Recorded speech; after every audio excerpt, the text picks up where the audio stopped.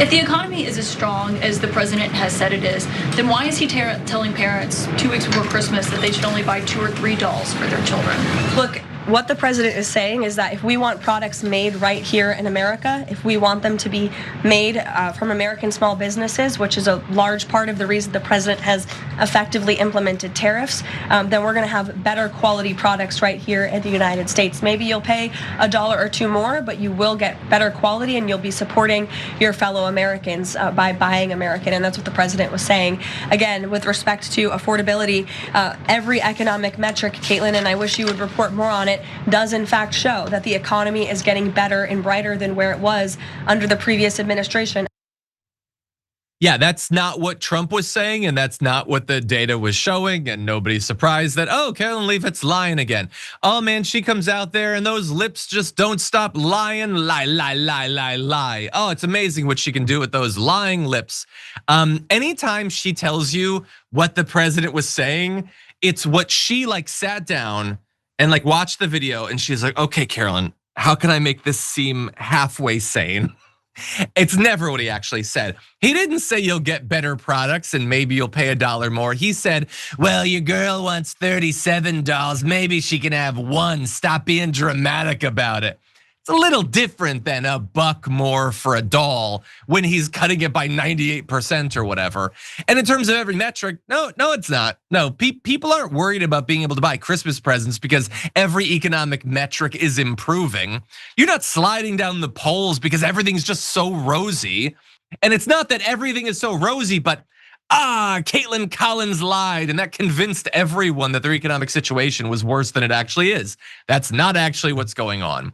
So anyway, what Trump had said, this is behind closed doors, asked by Republicans whether they lose the House in November. He said, I can't tell you. I don't know when all this money is gonna kick in. What, all the money that you're taking from people in the form of tariffs? It's kicked in, you've been taking it. You should probably stop doing that. I think by the time we have to talk about the election, which is in another few months, I think our prices are in good shape. Wait, what are you talking about, buddy? I thought prices were already way lower. I thought gas had just hit $1.99 for the 50th time this year, whatever. Oh, looks like when he's saying to you, he's like, its prices are already good. Behind closed doors, he's like, well, at some point they'll be good. Weird, the mismatch between those two things. Well, as I had said earlier, some economic data did actually come out. And so apparently in November, the US gained 64,000 jobs. That sounds like a lot. It's not enough for the growth in our population, which means that unemployment did tick up again. We lost 105,000 jobs in October. It's weird that they didn't initially want to release that data. It was just totally a coincidence. It was all the shutdown. It wasn't that it looks terrible or anything. So anyway, that's not good. And now let's look at the chart we always look at. This is the jobs data. Going back to the beginning of 2023, and can you guess when Trump became president? Was it on the left of the chart or was it on the right of the chart? It's weird.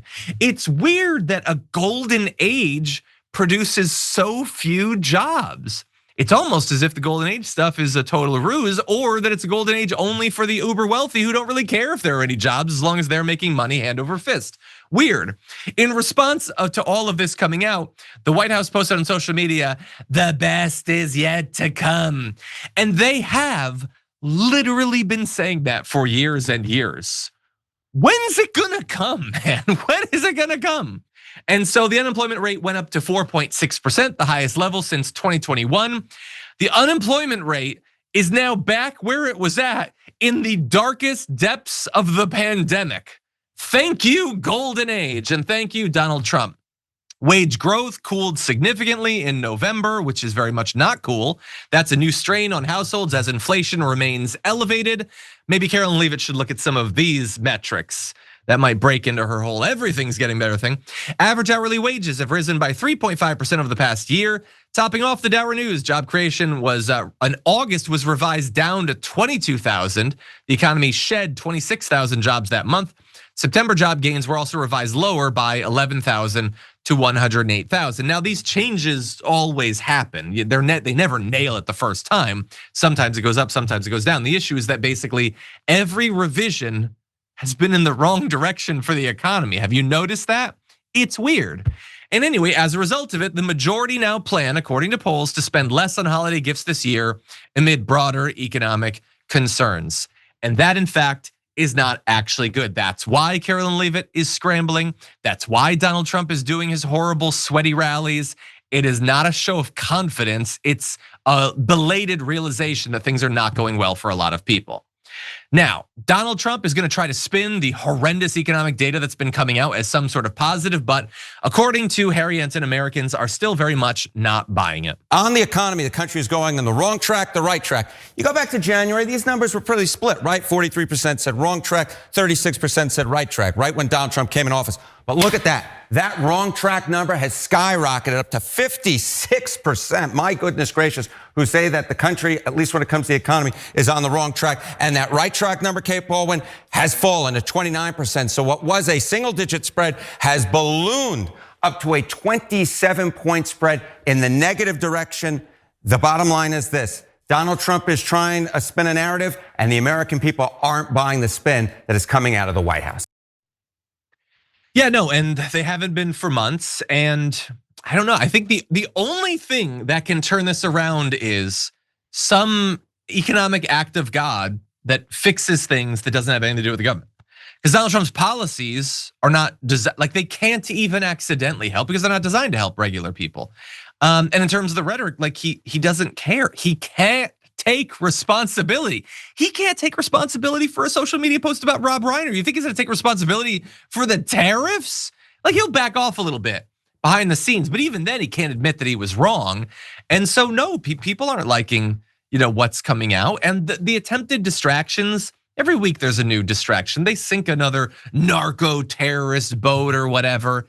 It's not actually working anymore. And that's what I've been like trying to point out for months now.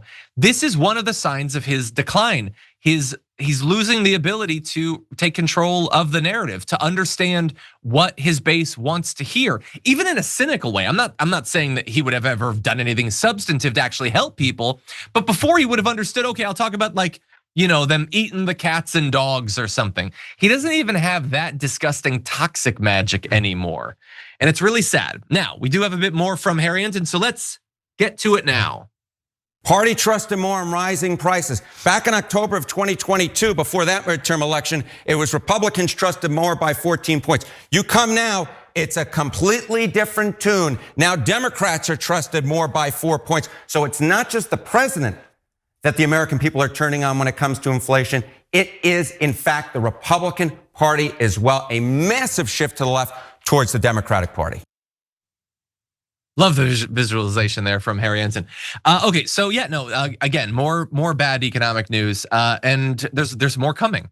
With the health insurance premium rises, we know that those are coming. We're gonna have more months of the tariffs dragging down people's ability to buy things. That's gonna hurt companies. That's gonna lead to more unemployment. Like, what is supposed to turn this around? Like the big tax cuts for the 1%. Oh, they'll have a little bit more money in their pocket. They're not spending it. They have infinite money already. They're not plowing it back into the economy or anything. It's just making a number in their like Fidelity portfolio a little bit bigger. It doesn't actually help. It doesn't do anything. None of this is actually going to do anything. And so we're going to continue to suffer economically. The Republicans look like they're going to suffer quite a bit politically. That's at least something to look forward to, I guess. But the rest of it's just, it's bad. It doesn't seem like a lot of the podcasters and all that they got on board previously are going to be interested in helping them to launder this. I don't think that a JD Vance appearance on Theo Von is going to turn this thing around or whatever. All of this is bad. The foreign policy is bad. The immigration is bad. The Epstein stuff certainly isn't helping. And I just think when I look back, and I'll end on this is an election that was swung by 250,000 votes in a couple of swing states. And if people could have just known, like, God, we could have gone in a different direction, and it wouldn't have been all rainbows and unicorns and everything. It would have been Harris, who is not my favorite politician, far from it. But we wouldn't have been taxing ourselves with the tariffs. We wouldn't be wasting hundreds of billions of dollars invading American cities, breaking up families, destroying communities. We wouldn't be doing any of this stuff. We wouldn't be wrecking our, the CDC, the HHS, our ability to prepare for pandemics. We wouldn't be destroying our scientific research. We wouldn't be destroying our soft power abroad by killing USAID.